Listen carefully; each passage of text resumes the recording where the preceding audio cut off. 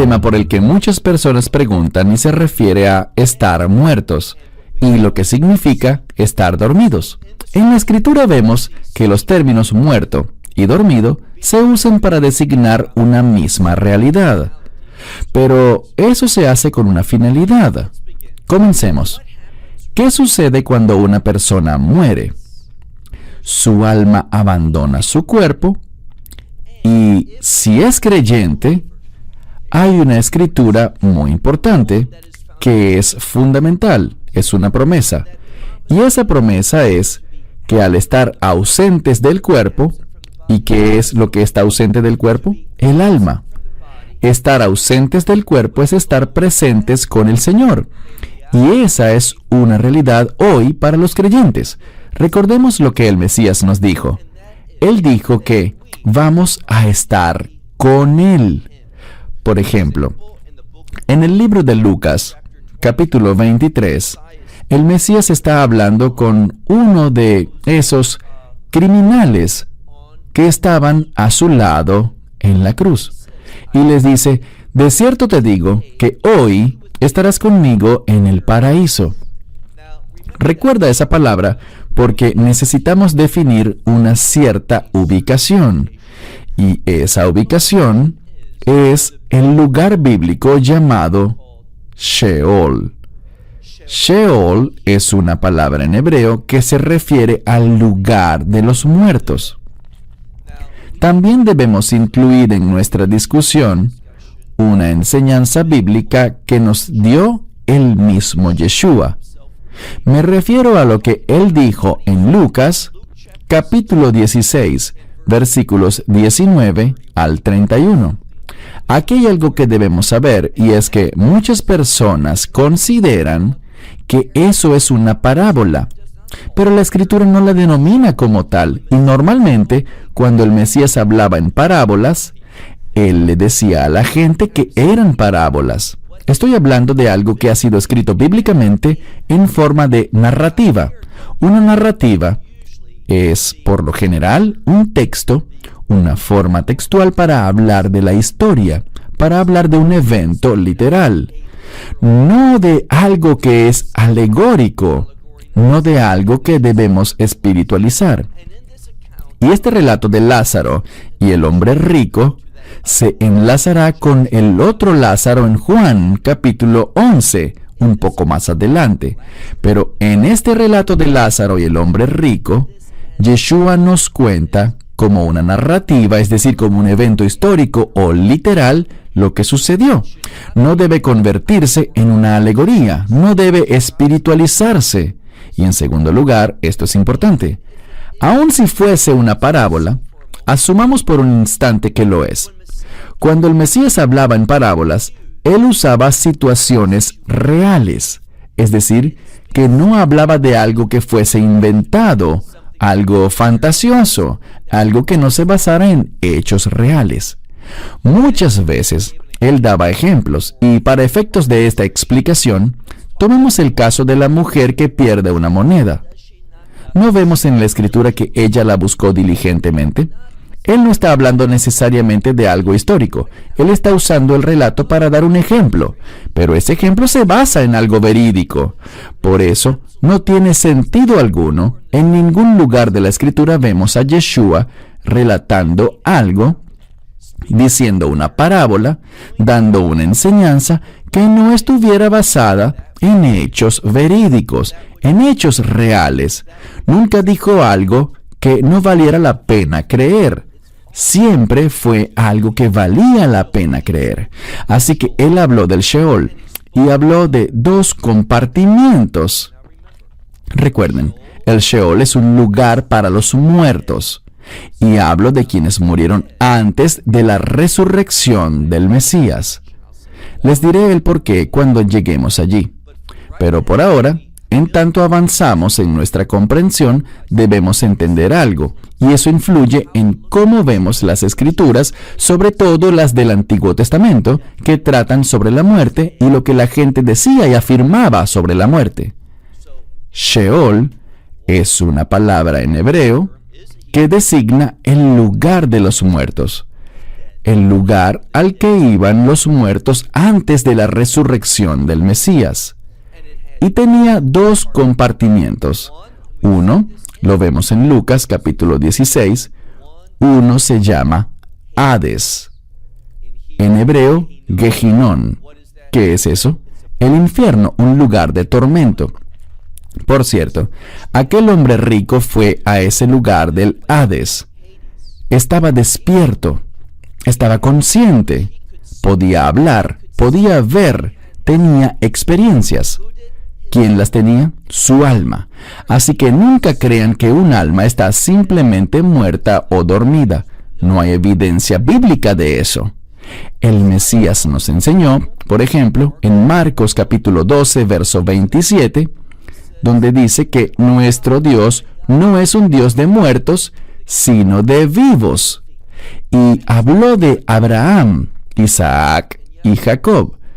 Cuando se trata de personas de fe, esas personas están vivas. ¿Y dónde están vivas? Bueno, están vivas en lo que se llama Hek Abraham, en hebreo, un término que quiere decir paraíso. Es a lo que se refería el Mesías cuando le dijo a ese criminal que estaba crucificado en la cruz a su lado: hoy estarás conmigo en el paraíso, en hebreo, Hek Abraham, o el seno de Abraham. Y en estos lugares hay reconocimiento, hay conciencia. En ninguna parte de la Biblia vemos que un alma esté dormida. Más adelante hablaremos de ese término que aplica a quienes se durmieron, pero volvamos al Sheol, el lugar de los muertos antes de la resurrección del Mesías. Cuando alguien moría, su alma iba al Sheol. Pero, ¿a cuál de los dos compartimientos? ¿Al Hades, Gehinnom o infierno, lugar de tormento, o al paraíso? Y todo dependía en aquella época, pues no aplica para nosotros actualmente. En aquella época eso dependía de la fe. ¿Creía esa persona en la promesa de Dios? ¿En cuál específicamente? En la promesa de un redentor.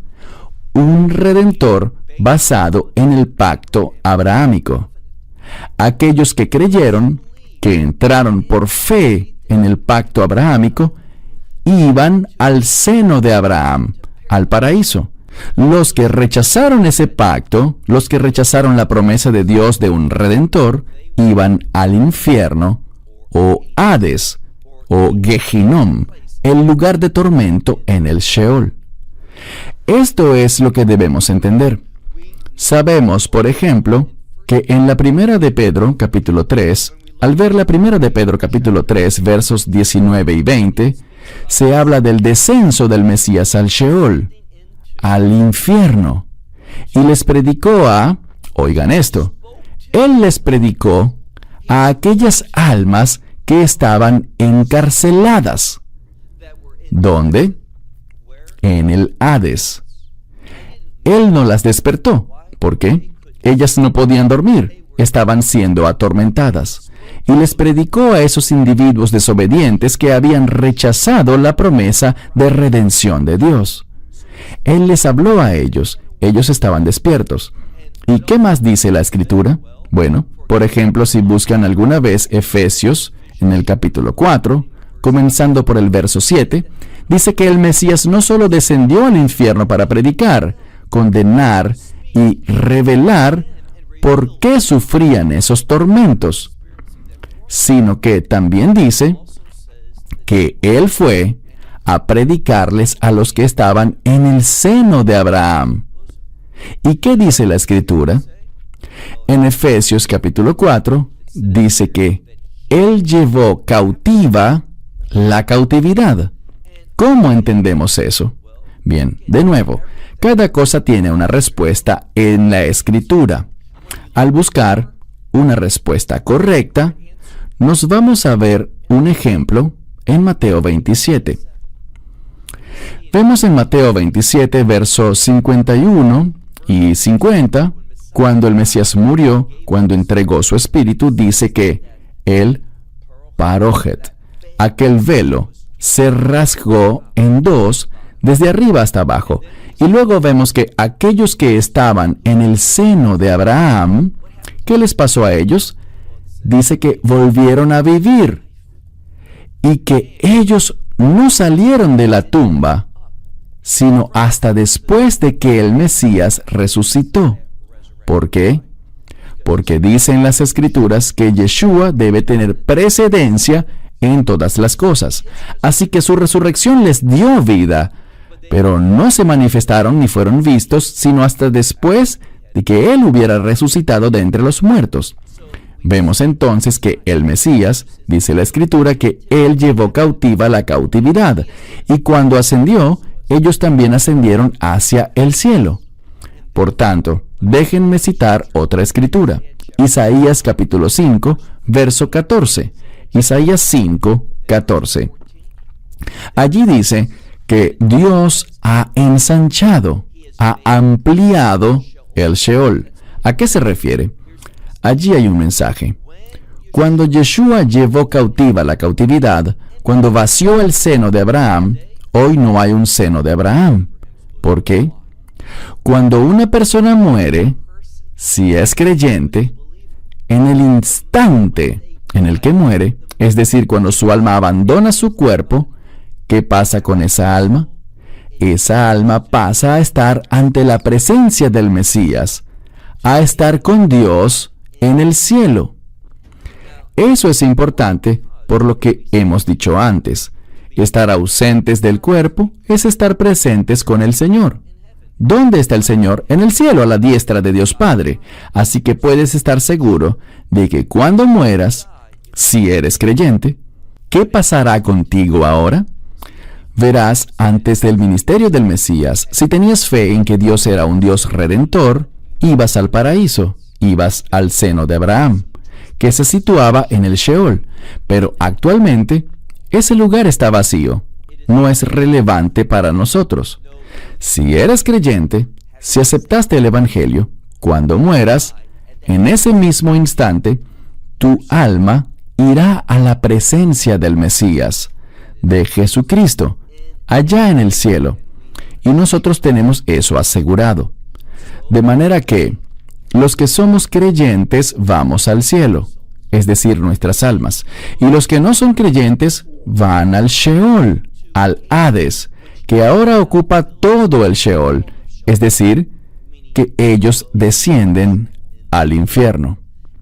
Y esos individuos estarán allí para toda la eternidad. Pero dense cuenta de algo, hay un cambio. Vemos algo que está en el libro de Apocalipsis, y no quisiera adelantarme mucho, pero hagamos una pausa por un momento y respondamos otra pregunta. Y es una muy buena pregunta. Alguien me envió una pregunta sobre Lázaro. No del Lázaro de Lucas 16, sino del Lázaro de Juan, capítulo 11. ¿Recuerdan a Lázaro, el hermano de María y de Marta de Betania, de la comunidad situada en el Monte de los Olivos, quien era amigo íntimo de Yeshua? Recuerden que una de sus hermanas le envió un mensaje a Yeshua, pues Lázaro estaba gravemente enfermo, y que el Mesías, eventualmente, cuando él llegó a aquella aldea, a ese lugar donde Lázaro se encontraba, él estaba sepultado. Llevaba 4 días en el sepulcro. Ahora bien, esto es lo que debemos entender. Alguien dijo, ¿eso quiere decir que Lázaro estuvo en el cielo 4 días? No. Recuerden que eso fue antes del ministerio de Yeshua, antes de su muerte, entierro y resurrección. ¿Dónde estuvo él? Esto es lo que podemos decir. Normalmente, cuando alguien como Lázaro moría, alguien que tenía fe, cuando moría, su alma iba al seno de Abraham. Pero noten algo. Yeshua, bien sea que el alma de Lázaro estuviera allí y volvió a su cuerpo, o si esta era una situación única, hay algo que sabemos. Por 4 días, durante 4 días él estuvo literalmente muerto. ¿Y qué pasó? El Mesías lo resucitó de entre los muertos. Él restauró esa alma, que en mi opinión estaba en el seno de Abraham, de vuelta a ese lugar, de manera que Lázaro, y todos conocemos este versículo, Lázaro salió de aquel sepulcro, lo que significa que a través del Mesías tenemos la resurrección y la vida de la que hablamos es la vida del reino, la vida eterna. Esa es nuestra esperanza.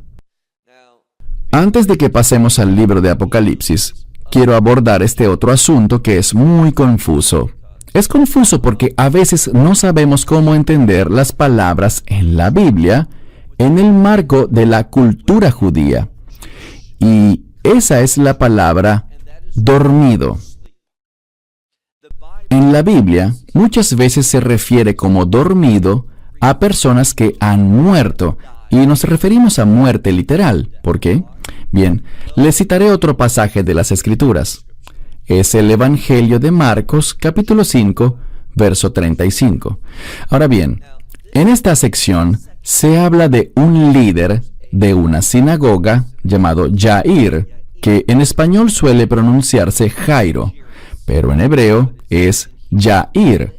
Y vemos que Jair es un líder de una sinagoga, y cuando se acercó inicialmente a Yeshua, su hija estaba muy enferma. De hecho, en la Escritura dice justamente que estaba al borde de la muerte, muy cerca, en un estado que está entre la vida y la muerte.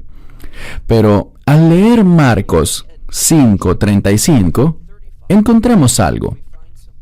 Encontramos que la gente de la comunidad fue y le dijo a Jair: ya no molestes al maestro, al rabí, a Cristo, porque tu hija ha muerto.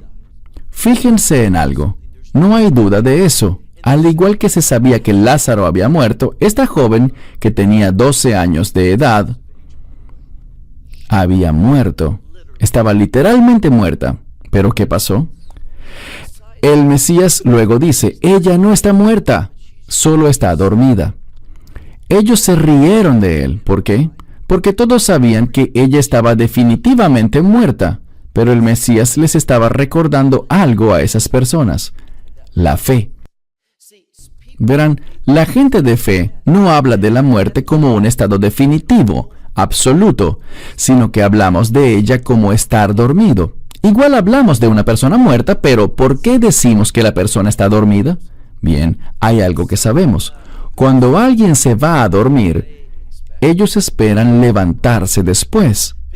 La gente se va a la cama de noche, ponen una alarma o le piden a alguien que los despierte, porque se tiene la expectativa de levantarse, despertarse. En el judaísmo, al ver esto en la Biblia, sobre todo en el Nuevo Testamento, y por cierto, si eres de origen judío y conoces la oración llamada Amidá, también conocida como Shemoneh Esrei, hablamos de que Dios es fiel con los que duermen en el polvo. Y no se refiere a aquellos cuya alma está dormida en la tierra, sino que es un eufemismo, es una expresión. Y la naturaleza de esa expresión nos enseña algo. Aquellos que tuvieron fe y han muerto, tienen una expectativa de volver a levantarse, de que no es el final, de que la muerte no es absoluta. Esperamos una resurrección. Con respecto a la resurrección, en las Escrituras hay distintos eventos que hablan de la resurrección o usan la resurrección para definirlos. Uno es nuestra esperanza bendita. La podemos ver o leer en 1 Corintios 15. Es vista como una resurrección, y sabemos esto. Cuando una persona muere en la fe, se elevará en la resurrección. Su alma subirá hasta el cielo. Recuerden ese versículo. Tercera vez que lo diré. Estar ausentes del cuerpo es estar presentes con el Señor. Así que nuestra alma se elevará hasta el cielo. De hecho, citaré otro pasaje de las Escrituras. Eclesiastés, el libro de Cogelet, capítulo 3, verso 21. Salomón preguntó lo siguiente: ¿quién sabe que el alma de los hombres sube arriba y el alma de los animales desciende hacia abajo? Pero hay que tener cuidado con algo. Al tratarse de libros como el de Eclesiastés, En él, Salomón hacía muchas preguntas y luego las respondía, pero se trataba de preguntas que se hacía la gente.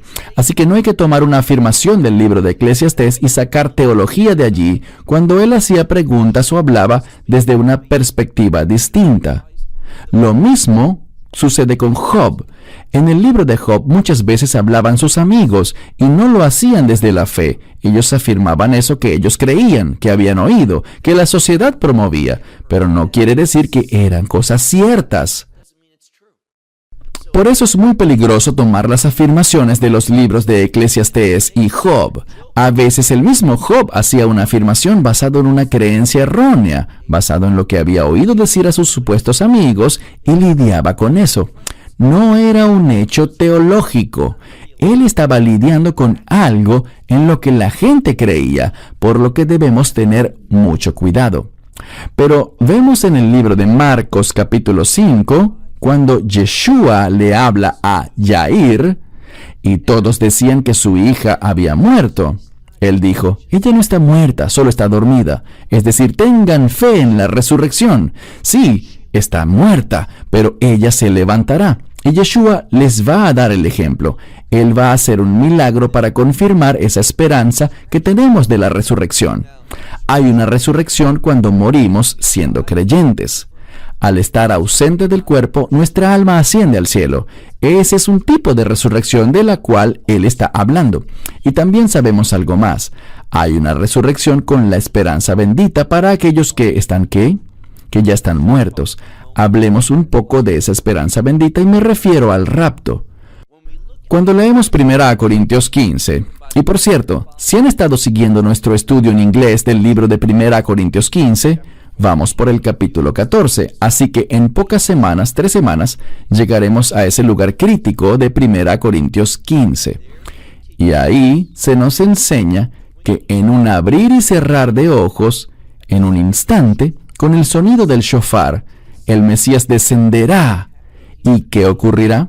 Nos encontraremos con Él en el aire, es decir, en el cielo. ¿Quiénes? Los creyentes. ¿Y qué pasará? Dice allí que los que ya están muertos. Cuando Él habla de los muertos, Él aclara que no son sus almas, sino sus cuerpos.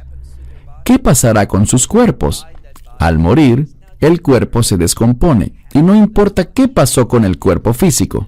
Si una persona es incinerada al morir, y según la ley judía no se debe hacer eso, pero esa es una tradición, porque da igual lo que le pase al cuerpo.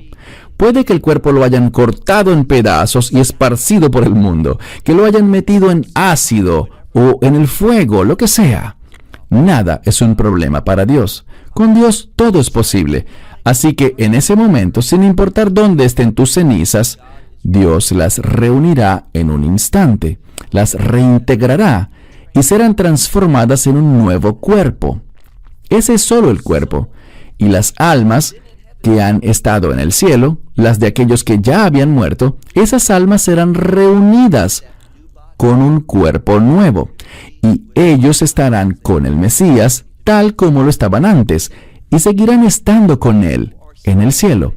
Los que aún estemos vivos, si seguimos vivos en ese momento y aún no hayamos muerto, si aún estás vivo, ¿qué sucederá? Tu cuerpo será transformado en un nuevo cuerpo. Tu alma estará con ese nuevo cuerpo, obviamente, porque aún estás vivo, no has muerto, no ha ocurrido esa separación entre el cuerpo y el alma. Serás transformado y elevado y te encontrarás con el Mesías en el aire, y todos seremos llevados al cielo, donde pasaremos el tiempo que quede hasta el establecimiento del reino milenial. Esto es lo que sabemos acerca de las distintas resurrecciones, pero quería enfocar nuestra atención a Apocalipsis capítulo 20, porque al final del reino milenial hay una resurrección, y esa es una resurrección que es muy similar a lo que leemos en el libro de Daniel, capítulo 12, versículos 1 y 2, donde dice que habrán muchos que despertarán, algunos para la vida eterna y otros para la muerte eterna. Bueno, ese es un hecho.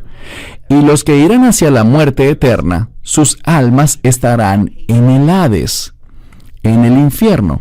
Pero al final de ese reino de 1000 años, serán resucitados para el juicio ante el gran trono blanco. Sus cuerpos no, solo sus almas.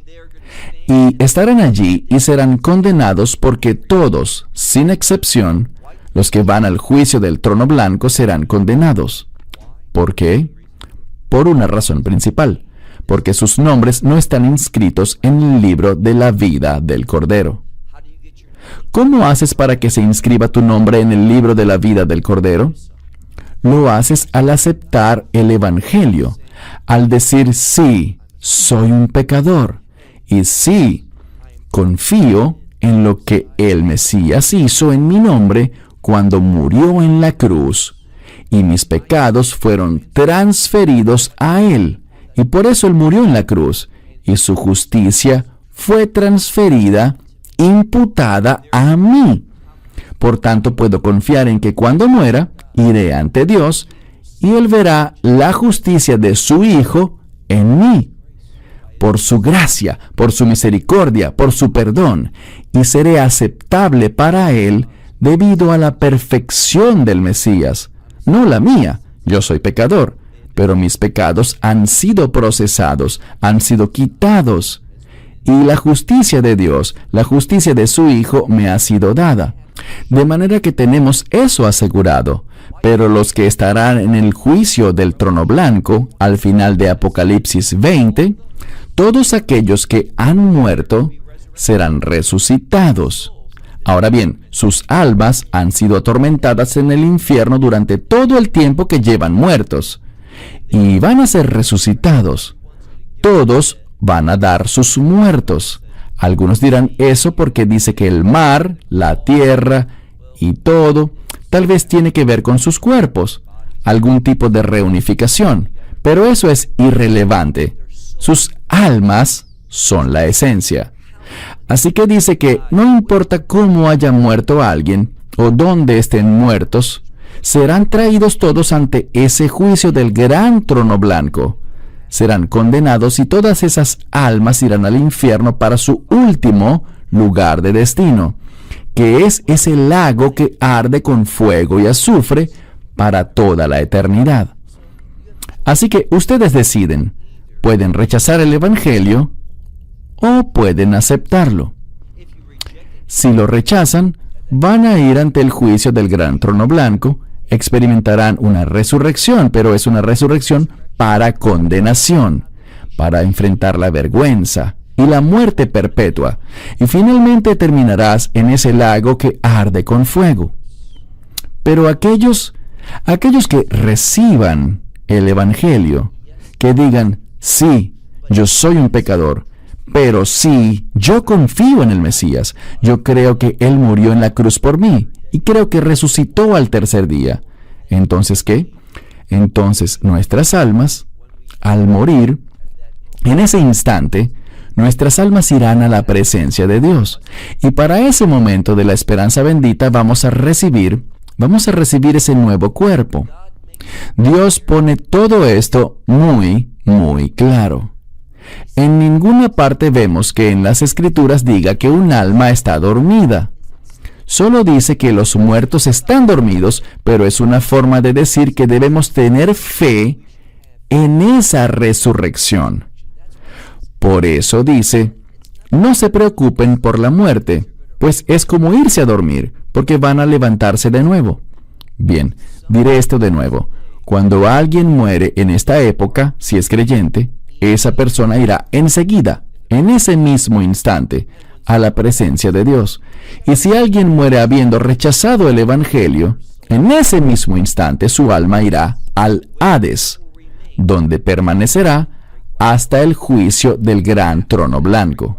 Y después del juicio del gran trono blanco, volverá a ser arrojado al Hades, y el Hades y sus almas serán arrojados a ese lago que arde con fuego para siempre. No hay cambios, esa es su condición eterna. Pero los que somos creyentes, estaremos en el instante mismo de nuestra muerte con el Mesías Yeshua, y en ese momento de la esperanza bendita vamos a recibir un nuevo cuerpo. Y para el momento de la segunda venida del Mesías, como lo dice Primera a Tesalonicenses, capítulo 3, verso 13, vamos a venir con Él. Los santos vendrán con Él para gobernar y reinar con Él durante esos 1000 años. Y el término de esos 1000 años, cuando finalice el juicio del gran trono blanco, entonces Dios establecerá la nueva Jerusalén. Y allí estaremos en nuestra ubicación eterna, la nueva Jerusalén. Y nada cambiará el cuerpo glorioso que tendremos, ese cuerpo del reino que recibimos en el rapto, y experimentaremos la eternidad con Dios, con ese Cordero, con el león de la tribu de Judá. Experimentaremos ese maravilloso estado de hallarnos en su presencia, conociendo sus bendiciones, viviendo sus promesas para toda la eternidad. Así que dense cuenta de que ninguna escritura dice que las almas andan dormidas. Es un eufemismo para la creencia en la resurrección de aquellos que han muerto en la fe. Y los que no, ellos también serán resucitados, pero como dijimos, para ir al juicio del gran trono blanco. Bien, mi esperanza es que, de cierta manera, este estudio, leyendo algunos pasajes de las Escrituras que espero hayan anotado, para que luego los puedan revisar por ustedes mismos, hayan traído claridad sobre este tema. Shalom. Esperamos que te hayas edificado con el mensaje de hoy y lo compartas con otros. Te invitamos a seguir nuestros estudios cada semana por este canal y por el portal de YouTube de Amarás a Israel. También puedes descargar nuestra aplicación móvil gratuita, Mi Estudio Bíblico. Finalmente, para obtener más información sobre nosotros, visita nuestra web amarasaisrael.org, donde encontrarás otras conferencias de Baruch en audio, video y texto. Hasta el próximo programa. Que el Señor te bendiga en Yeshua HaMashiach, Jesús el Mesías, mientras caminas con Él. Shalom desde Israel.